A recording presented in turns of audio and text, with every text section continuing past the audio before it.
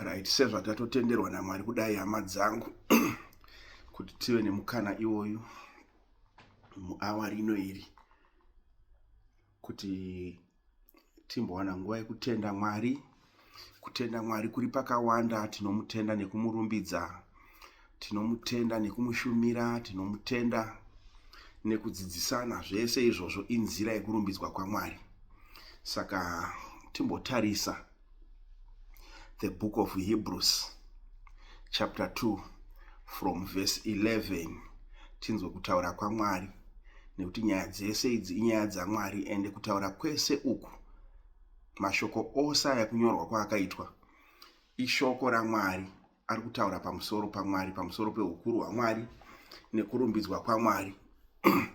Zvese zvine chekuita neshoko raMwari rakanyorwa zviri kuitirwa isusu kuti tivakwe, tikwane chaizvo chaizvo mushoko raMwari, tive nekunzwisisa kwakakwana nekurumbidza kwakakwana, kuti kana tichinamata kana tichitenda tive nekunzwisisa kutenda kwatinenge tiinako nekunamata kwatinenge tiinako zvose zvinge zvakaringana. Saka toda kumbonzwa kudzidziswa kwatiri kuitwa pamusoro paIshe wedu Jesu Kristu from the book of Hebrews chapter 2 verse 11. Hebrews chapter 2 from verse 11. Saka right, ndichaverenga from verse 9 but tichatanga kutsanangura paverse 11. Right, pane mashoko ari pari kuti iwo, asi tinomuona iye Jesu wakaitwa muduku zvishoma kuvatumwa, akashongedzwa korona yekubwinya nekukudzwa nekuda kwekutambudzika kwerufu, kuti nenyasha dzaMwari anzwe rufu nekuda kwavose. Nekuti zvakanga zvakafanira kuti iye wakaitirwa zvinhu zvose uye wakaita zvinhu zvose pakuisa kwake vanakomana vazhinji pakubwinya, akwanise mutungamiri wokuponeswa kwavo nenzira yokutambudzika. Right, verse 11. Verse 11 now says, nekuti uyo unovaita vatsvene naivo vanoitwa vatsvene, naivo vanoitwa vatsvene vose vakabva kune mumwe.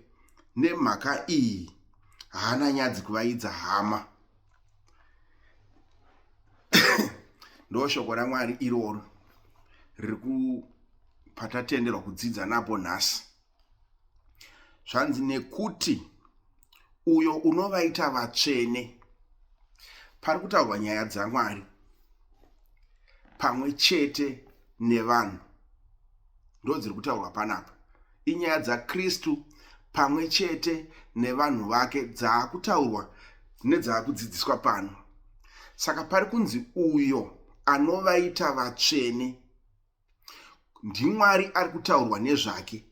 Mwari ndiye anoita kuti vanhu vanzi vanhu ava vatsvene, ende vanhu vatsvene vakaitwa vatsvene naMwari. Saka zvazvinoreva ndezvekuti kana zvanzi uyo anovaita vatsvene, zvinoreva kutiwo pane chinoita vanhu vatsvene, chinoshandiswa naMwari kuti chiite vanhu kuti vave vatsvene. Zvese izvozvo Mwari achizviita ane chinangwa chimwe chete chekuti vanhu vabatanidzwe muumwe chete hwaMwari. Saka uyo anovaita vatsvene anoshandisa chinoita vanhu kuti vave vatsvene chacho, so that utsvene hugosvika kuvanhu. Zvichireva kuti kudii? Zvichireva kuti we all know kuti God is spirit, Mwari ndimweya, and we all know kuti everything chakaitwa naMwari. Kunze kwaMwari hakuna chakaitwa panyika panapa. Saka God the Spirit ndiye aita zvinhu zvese panyika, kusanganisira nevanhu. Ndiye akaumba guruva revhu ndokufemera mweya wake muvanhu. Afemera mweya wake muvanhu, vanhu vakava vanhu vapenyu according to the scriptures. Right, Mwari aita chinhu chakadaro. Shoko raMwari rakanyorwa rinozoti nekuda kwekuti vanhu vaitwa vanhu vapenyu vachigara panyika, pakazoita chunhu chekuti Satani Diabolos munyengeri akazosvika kuvanhu vaMwari vakanga vaine mweya waMwari, vakanga vakaitwa vatsvene naMwari, ndokusvikoisa poison yenyoka, kurati poison yekuipa mumunhu.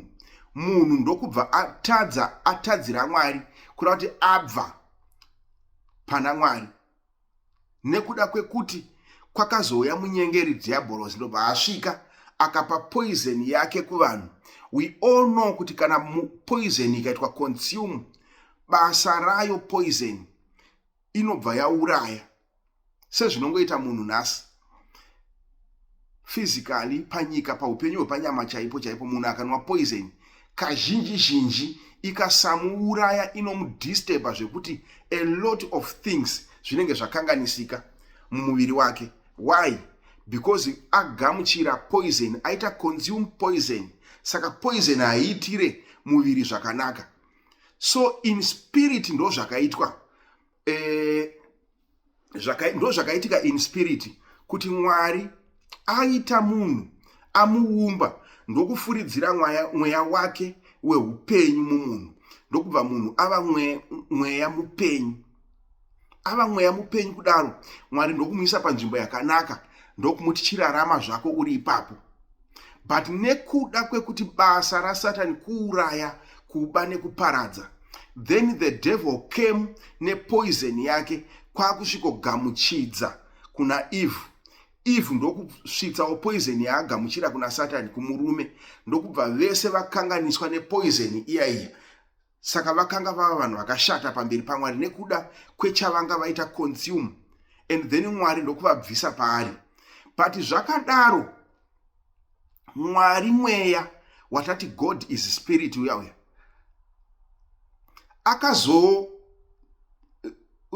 akabva ava nemurangariro wekuti ari kuda kuti vanhu ava vanwa poison yenyoka ari kuda kuvarapa. Kurapa kwaari kuvaita Mwari, ari kuda kunobvisa poison yese yenyoka muvanhu, kuti vanhu vadzoke back to normal, back to the original nature yaMwari sezvazvaiva pakutanga. Saka izvozvo Mwari akabva anzwisisa kuti chinozoita zvinhu izvozvo kuti zviitike, panofanira kunge paine ropa.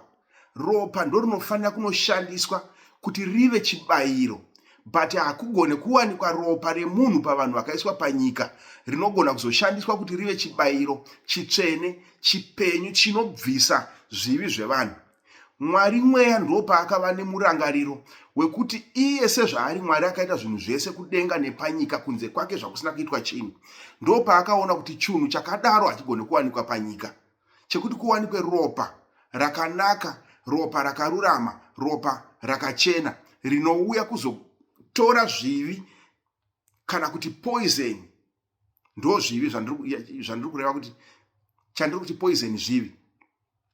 Ndobva aona kuti hazviwanikwe panyika izvozvo. So what God did now, Mwari mweya, iye ane simba rekuita zvinhu zvese panyika nekuti kunze kwake hakuna kuitwa chinhu, akabva agadzira murangariro wekuti vanhu vaponeswe. Saka kuti vanhu vaponeswe, vaida mutsvene kuti auye azobayirwa, achibayirwa ivo ropa remutsvene. Saka Mwari ndopa akarangarira kuti iye Mwari zvaakutoda iye mbune muridzi wedenga nenyika, zvaakuda iye kuti auye panyika panapa. Kana auya panyika, obva asvika achiita sei?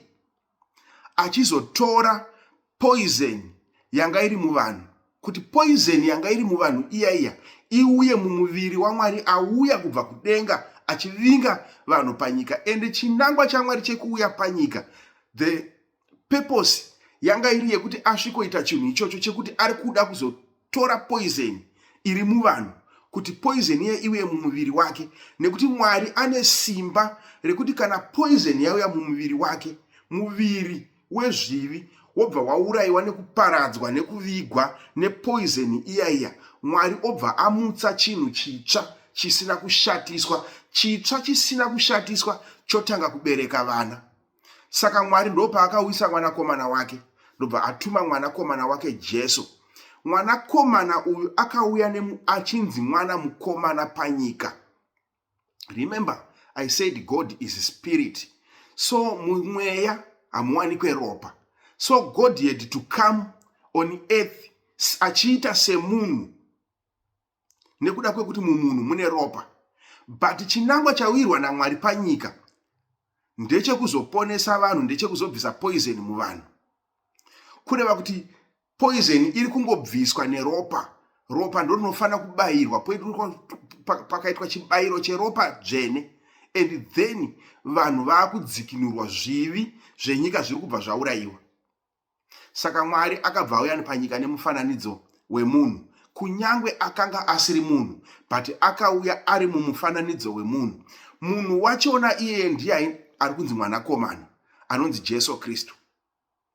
Saka nekuti akauya aine chinangwa, that is why tichiona kuti akauya, tichiona kuti mawiro ake panyika ari totally different from mawiro anoita vanhu panyika, kana mazvarirwo anoitwa vanhu panyika, because iye anga aine chinangwa chake changa chiri chekuzodzikinura vanhu. Zvino vanhu, kana tichitarisa nhoroondo yeshoko raMwari, kuponeswa kana kuti kudzikinurwa kana kuti kuregererwa kwezvivi kwaiitwa muropa.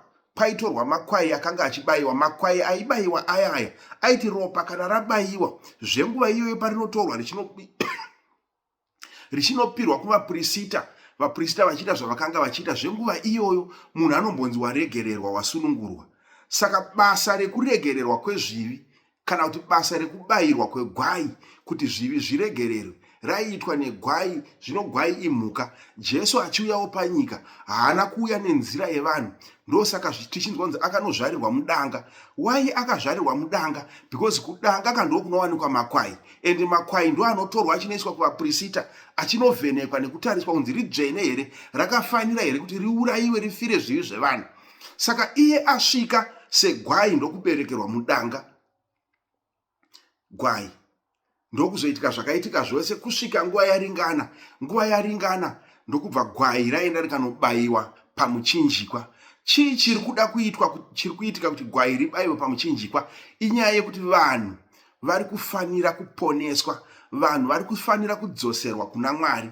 Vanhu vaMwari vari kufanira kudzokera ku the original nature yechinhu chinonzi naMwari kana akatarisa oti uyo munhu uyo. Saka munhu anonzi naMwari munhu akakwana kana Mwari achitarisa. Munhu akakwana asina chivi kana chipomerwa kuna Mwari. Munhu iyeye ndiye munhu kuna Mwari.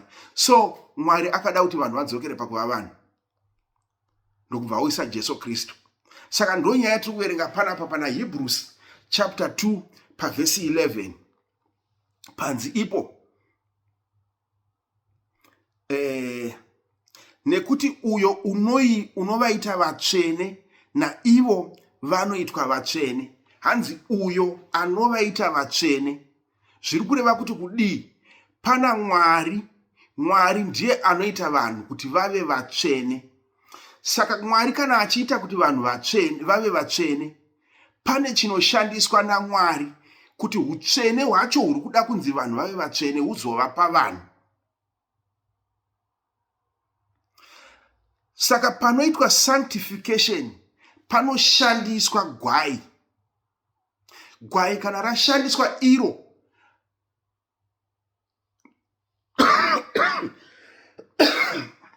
alright, zvino kutaura kunogona kunzwika zvakanaka, kutaura zvakareruka zvinogona kunzwika zvakanaka kuti ti understand Hebrews chapter 2 verse 11 ndekwe kudai so. Anditi Hebrews chapter 2 verse 11 yati nekuti uyo anovaita vatsvene naivo vanoitwa vatsvene vose vakabva kune mumwe nemhaka iyi. Handina nyadzi kuvaidza hama. Kureva kuti kudii? Hanzi uyo anovaita vatsvene naivo vanoitwa vatsvene. Zviri kureva kuti paitaurwa pane masaidi maviri ezvinhu zvataurwa panapa. Pataurwa saidi reuyo anoita kuti vanhu vave vatsvene, ndokubva pataurwa rimwe saidi revanoitwa vatsvene. Saka vanoitwa vatsvene vanoitwa vatsvene neuyo anoita kuti vanhu vave vatsvene. Saka anoita kuti vanhu vave vatsvene ndiMwari. and vanoitwa kuti vave vatsvene vanhu vasina utsvene mavari. Saka zvese izvi zviri kuitwa naMwari. Saka Mwari ari kushandisa chii kuti vanhu vasina utsvene mavari vave vatsvene? Mwari ari kushandisa gwayana rake rinonzi mwanakomana, Jesu. Ndiro gwayana riri kushandiswa naMwari. Mwari ndiye uyo anoita vanhu vatsvene. Zvino kuti vanhu vave vatsvene iprocess. For one, kuti anzi uyu munhu mutsvene uyu, anenge aita undergo a certain process kana kuti procedure yekuti azonzi uyu avawo mutsvene. Saka ari kuita vanhu vatsvene ndiMwari, ende vanhu vari kuitwa vatsvene vanhu, but pane chiri pasenda paMwari nevanhu chiri kuita kuti vanhu vazonzi vatsvene. Saka chiri pasenda paMwari nevanhu igwayana. Gwayana racho ndo riri kunzi Jesu. Jesu wacho ndiye ane bhodhi akatoberekwa, ari kunzi Mwari akauya panyika achiita semunhu. Saka bhodhi yanga iri bhodhi yaMwari, iri kushandiswa naMwari kuti ive in between Mwari nevanhu, kuti vanhu vaitwe vatsvene. Saka uyo anovaita vatsvene naivo vanoitwa vatsvene vanhu naMwari. Mwari ndiye ari kuvaita kuti vave vatsvene. Maybe kuti nyaya iyi ibatike zvakanaka. Greetings my brother Lennon, how are you doing? How is everybody there? Did you say hama dzedu? Right.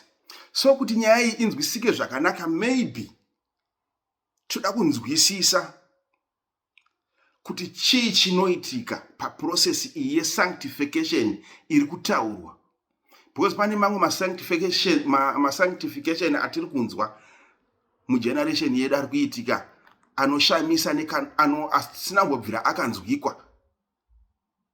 So ngatimboverenga the book of Hebrews chapter 10 verse 10. The same Hebrews, timboenda pa chapter 10 verse 10.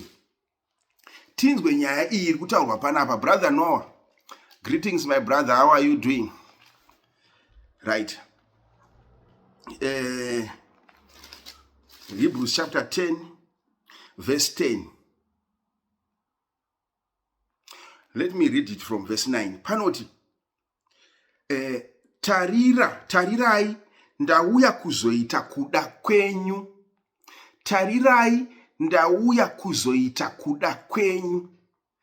Pa verse 11 ya chapter 2 ya Hebrews yati uyo anovaita vatsvene na ivo vanoitwa vatsvene, uyo anovaita vatsvene.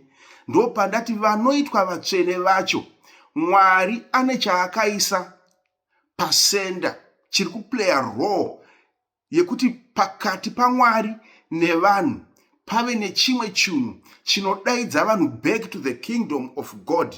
Ende ichocho chakaiswa naMwari pasenda chimwe chete, ndo gwayana raMwari risina zvivi rinonzi Jesu Kristu.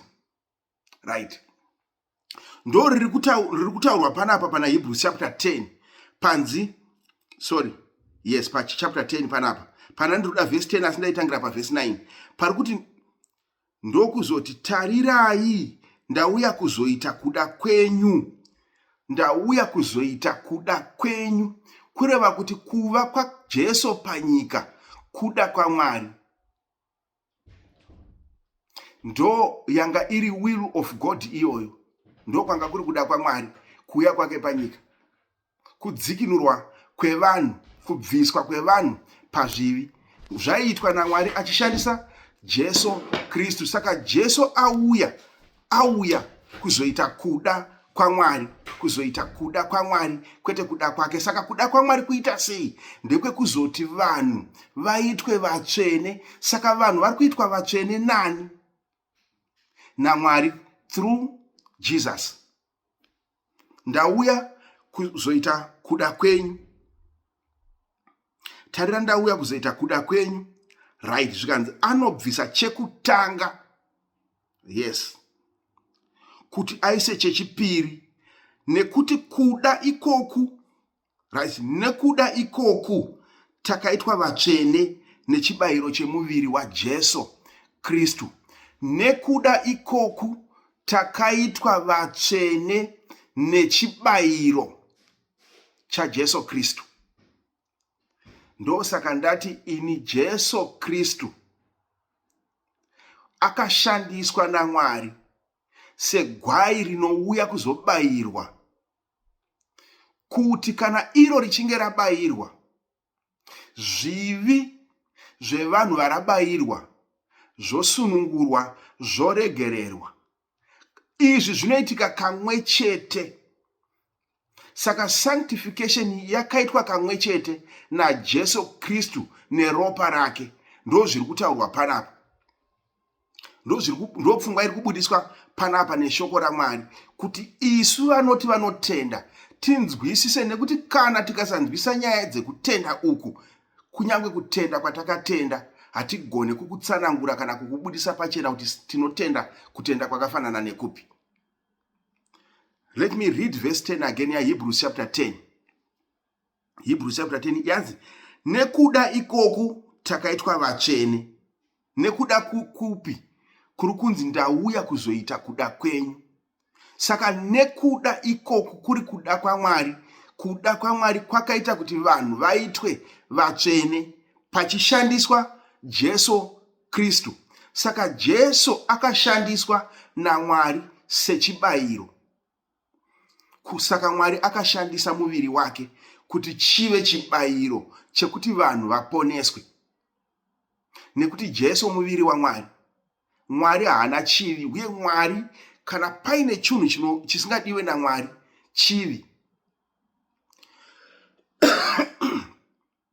Saka takaitwa vatsvene nechibayiro chemuviri waJesu Kristu chakabayirwa kamwe chete. Zvese izvozvo zvaitwa zviri kuitirwa kuti zvifambe sei? Mwari ari kuzviita kuti uyo anovaita vatsvene naivo vanoitwa vatsvene vaite chinhu chimwe chete. Pari kufanira kuitwa attachment, pari kufanira kubatanidzwa kuti pave nechinhu chimwe chete. Chinhu chimwe chete ichi chiri kuitwa chichibvawo kumunhu mumwe chete. Kwachiri kubva kumunhu mumwe chete uyu ndiMwari. Ndo nyaya iri kutaurwa panapa.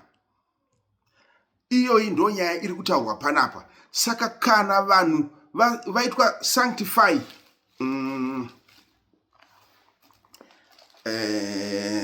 I want to read another scripture from the book of Acts chapter 17 verse 26. Tinoverengera kuti tirambe tichinzwisisa mafambiro ari kuita nyaya iri kutsanangurwa panapa pana Hebrews chapter 2 verse 11 yanzi,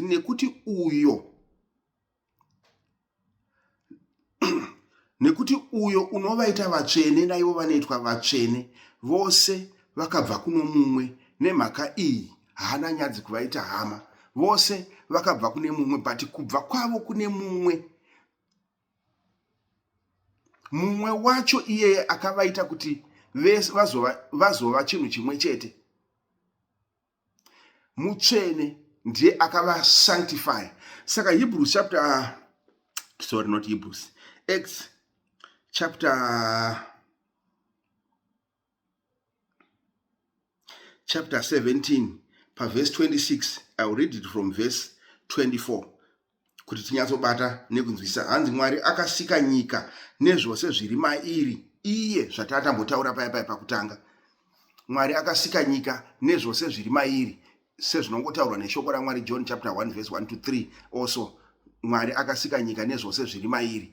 Ndiye Mwari akaita chinhu ichi chekuti akapa nyika chibayiro, kuti chibayiro chapiwa naMwari kunyika kana chabayirwa, nyika kuda kuti vanhu vari munyika vanobva vanzwa izwi raMwari kana varinzwa nekuda kwaJesu Kristu ashandiswa naMwari, vouya vosanctifyiwa kuti ivo vaitwe vatsvene, right? Nezvose zviri mairi, iye tenzi wedenga napasi, haagari mutemberi dzakaitwa namaoko. Haagari mutemberi dzakaitwa namaoko. Imwe nyaya iyo ndoda kunzwisiswa. right? Haashumirwi namaoko avanhu saachinge achishayiwa chinhu.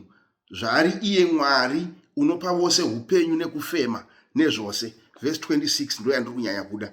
Zvanzi akaita marudzi ose evanhu achibva kune mumwe chete. Akaita marudzi ose evanhu achibva kune mumwe chete, uyo anovaita vatsvene naivo vanoitwa vatsvene. Vese vanobva vaita chinhu chimwe chete vachibva kunani? Kumunhu mumwe chete. Kureva kuti vanobva vabatanidzwa kuita munhu mumwe chete. Saka vatsvene vaMwari ava kana vabatanidzwa, ndo vari kuzonzi chechi yaMwari ivavo, ndo vari kuzonzi masaints, vatsvene vaMwari. Utsvene hahungouye, but hunotouya kana munhu achinge anzwa shoko, ofamba nenzira yakarayirwa naMwari inoponesa vanhu, inopinza vanhu pakururama. Munhu akazadzisa kururama kwacho, then akuitwa mutsvene. Zvakureva kuti munhu uya aruramiswa naMwari, aitwa sanctify naMwari. Hapashande zvimwe zvinhu ipapo, hapana zvimwe zvinhu zvinoshanda. Ukatoona munhu akauya akati Mwari vari kunditi ndikuchenesei, ndikururamisei, ndikuitei vatsvene nenzira yekushandisa zvimwe zvinhu zvinogona zviri material kudai so, muzive kuti zvinhu izvozvo hazvisi zvaMwari, because according neshoko raMwari ratiri kuverenga pano harisi kuwirirana nezvinhu zvakadaro. Pane vanhu vari kuzviita. Yes, it can be done, but it doesn't mean kuti it is the will of God. Right? Saka tanzwa here kana tichiconnecta Hebrews chapter 2 verse 11 na Acts chapter 17 verse 26. Let me read both verses. Verse 11 iri kuti nekuti uyo unovaita vatsvene naivo vanoitwa vatsvene vose vakabva kune mumwe. Ndo pane point yandandichida ipapo, vose vakabva kuno mumwe. Right? Kunoku muapostora waMwari akaitwawo mutsvene nenzira imwe chete iyoyo naiye Kristu. Akuparidza Kristu mutsvene kuti vanhu vauye vaitwawo vatsvene. Naiye akuparidza Kristu mutsvene ndiye akutaura nyaya achidzidzisa vanhu kuti vazive Mwari wavanonamata, nekuti akanga azviona kuti vanhu havazi vatsvene kunyange vachiti vari kunamata. Kunamata kwavo kwakarasika. Vari kunamata kuna Mwari asingazivikanwe, asi vakashinga kwazvo pakunamata ikoko. Saka akutaura zvinhu zvinoda kuti vasare vakabata nekunzwisisa, sezvatiri kutsvagawo kuti kana tiverenga magwaro aya nekutaurirana pamusoro pawo, tinofanira kusara tine understanding yakakwana pamusoro paMwari watinotenda naMwari watinonamata. Saka ndo zviri kuitika pano, ndo mashoko ari kubvisa vanhu kuna Mwari asingazivikanwe aya, achiisa vanhu kuna Mwari anozivikanwa kana vachinge vaatenda. Saka Mwari anozivikanwa wachona ndiye ari kunzi anotoita vanhu vatsvene. Iye ndiye anotoita vanhu vatsvene, iye pache zvake ari Mwari mumwe chete, sezviri kutaura panapa kuti akaita marudzi ose evanhu. Hanzi akaita marudzi ose evanhu. Saka ndakazomboona dzimwe hama dzedu kuAfrica, kuSouth Africa, dzinofamba dzichizviti vanhu vekwashembe, dzichiti isusu rudzi rwedu rwakatumirwa munhu 1 anonzi Shembe. Zvapesana neshoko raMwari. Zvapesana neshoko raMwari. Shoko raMwari riri kuti akaita marudzi ose kuti chive chinhu chimwe chete. Kureva kuti maJews and the Gentiles, they were all made kuti chive chinhu chimwe chete naMwari. Zvakaitwa naMwari izvozvo kuti vose vave vamwe chete, uyo anovaita vatsvene naivo vanoitwa vatsvene. Right? Achibva kune mumwe chete kuti agare pose pose, ambotara nguva dzavakatemerwa nemuganhu yekugara kwavo. Vachibva kupi? Kune mumwe chete, sezviri kutaura panapa. Nokuti uyo anovaita vatsvene